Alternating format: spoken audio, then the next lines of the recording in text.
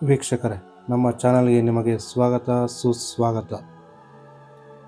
ನಮ್ಮ ಪಕ್ಕದ ರಾಜ್ಯ ಕೇರಳದ ತಿರುವನಂತಪುರಂನಲ್ಲಿರುವ ಶ್ರೀ ಅನಂತ ಪದ್ಮನಾಭ ಸ್ವಾಮಿ ದೇವಾಲಯ ಕೇವಲ ಒಂದು ಧಾರ್ಮಿಕ ಸ್ಥಳವಲ್ಲ. ಇದರ ಹಿಂದಿದೆ ರೋಚಕ ಇತಿಹಾಸ, ಅಪಾರ ನಿಧಿ ಮತ್ತು ಬಾಗಿಲು ತೆರೆಯಲಾಗದ ದೇವಾಲಯದ ರಹಸ್ಯ ಕೋಣೆಗಳು.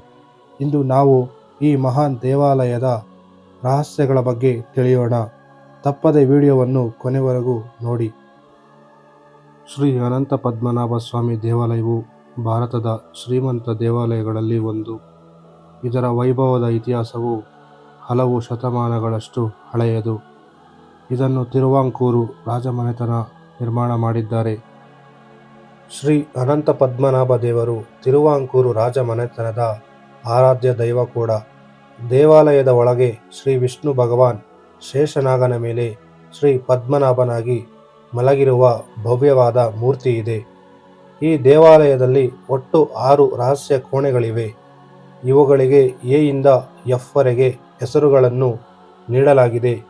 ಈ ಕೋಣೆಗಳಲ್ಲಿ ಕೋಟ್ಯಾಂತರ ರೂಪಾಯಿ ಮೌಲ್ಯದ ಚಿನ್ನ, ವಜ್ರ ಮತ್ತು ಇತರೆ ಅಮೂಲ್ಯ ಆಭರಣಗಳು ಪತ್ತೆಯಾಗಿವೆ. ಆದರೆ ನಿಜವಾದ ರಹಸ್ಯ ಇರುವುದು ಏನೆಂದರೆ, ಎಲ್ಲ ಕೋಣೆಗಳನ್ನು ತೆರೆಯಲು ಸಾಧ್ಯವಾಗಿದ್ದರೂ ಬಿ ಕೋಣೆಯನ್ನು ತೆರೆಯಲು ಸಾಧ್ಯವಾಗಿಲ್ಲ. ದೇವಸ್ಥಾನದ ಅರ್ಚಕರು ಮತ್ತು ರಾಜಮನೆತನದವರು ಹೇಳುವಂತೆ ಆ ಕೋಣೆಯನ್ನು ತೆರೆದರೆ ಅಪಶಕುನವಾಗುತ್ತದೆ. ಈ ಕೋಣೆಯ ಹೊರಗಡೆ ಬಾಗಿಲಿನ ಮೇಲೆ ನಾಗರ ಹಾವಿನ ಚಿತ್ರವಿದೆ.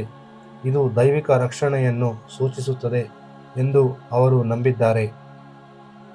ಇನ್ನೊಂದು ಕಥೆಯ ಪ್ರಕಾರ ಈ ಕೋಣೆಯನ್ನು ಗರುಡ ಮಂತ್ರವನ್ನು ಪಠಿಸುವ ಅತ್ಯಂತ ಶಕ್ತಿಶಾಲಿ ಸಾಧುಗಳಿಂದ ಮಾತ್ರ ತೆರೆಯಬಹುದು. ಯಾವುದೇ ಮಾನವ ಅಥವಾ ಯಂತ್ರ ಈ ಬಾಗಿಲನ್ನು ತೆರೆಯಲು ಸಾಧ್ಯವಿಲ್ಲ.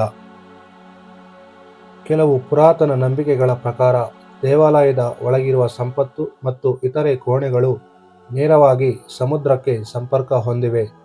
ಒಂದು ವೇಳೆ ಬಲವಂತವಾಗಿ ಬಿ ಕೋಣೆಯನ್ನು ತೆರೆಯಲು ಪ್ರಯತ್ನಿಸಿದರೆ ಸಮುದ್ರವು ತಿರುವನಂತಪುರಂ ನಗರವನ್ನು ಮುಳುಗಿಸಬಹುದು ಎಂಬ ಭಯವೂ ಕೂಡ ಇದೆ. ಅನಂತ ಪದ್ಮನಾಭ ಸ್ವಾಮಿ ದೇವಾಲಯದ ನಿಗೂಢ ಸಂಪತ್ತನ್ನು ರಕ್ಷಿಸುವ ಜವಾಬ್ದಾರಿ ತಿರುವಾಂಕೂರು ರಾಜಮನೆತನದಾಗಿತ್ತು. ಅವರ ನಂಬಿಕೆಯ ಪ್ರಕಾರ ದೇವಾಲಯದ ಸಂಪತ್ತಿನ ರಕ್ಷಣೆ ದೇವರ ಕೈಯಲ್ಲಿದೆ. ಅದನ್ನು ಮನುಷ್ಯರು ತೆಗೆದುಕೊಳ್ಳುವಂತಿಲ್ಲ. ದೇವಾಲಯದ ನಿಧಿಯನ್ನು ದೇಶದ ಆಸ್ತಿಯನ್ನಾಗಿ ಮಾಡಬೇಕೆಂದು ಸುಪ್ರೀಂ ಕೋರ್ಟ್ ಆದೇಶ ಹೊರಡಿಸಿದರೂ ಬಿ ಕೋಣೆಯ ಬಾಗಿಲು ಇಂದಿಗೂ ತೆರೆಯಲಾಗದೆ ರಹಸ್ಯವಾಗಿಯೇ ಉಳಿದಿದೆ. ಅನಂತ ಪದ್ಮನಾಭ ಸ್ವಾಮಿ ದೇವಾಲಯವು ಭಾರತೀಯ ಸಂಸ್ಕೃತಿ, ನಂಬಿಕೆ ಮತ್ತು ಧಾರ್ಮಿಕ ವೈಭವದ ಸಂಕೇತವಾಗಿದೆ. ಇದರ ನಿಗೂಢತೆ ಇಂದಿಗೂ ಹಲವು ಚರ್ಚೆಗಳಿಗೆ ಕಾರಣವಾಗಿದೆ. ಈ ರಹಸ್ಯ ದೇವಾಲಯದ ಬಗ್ಗೆ ನಿಮ್ಮ ಅಭಿಪ್ರಾಯಗಳೇನು? ನಮಗೆ ಕಮೆಂಟ್ನಲ್ಲಿ ತಿಳಿಸಿ.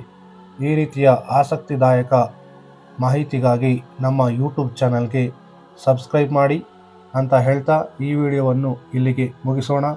ಮತ್ತೆ ಮುಂದಿನ ವಿಡಿಯೋದಲ್ಲಿ ಸಿಗೋಣ. ಧನ್ಯವಾದಗಳು.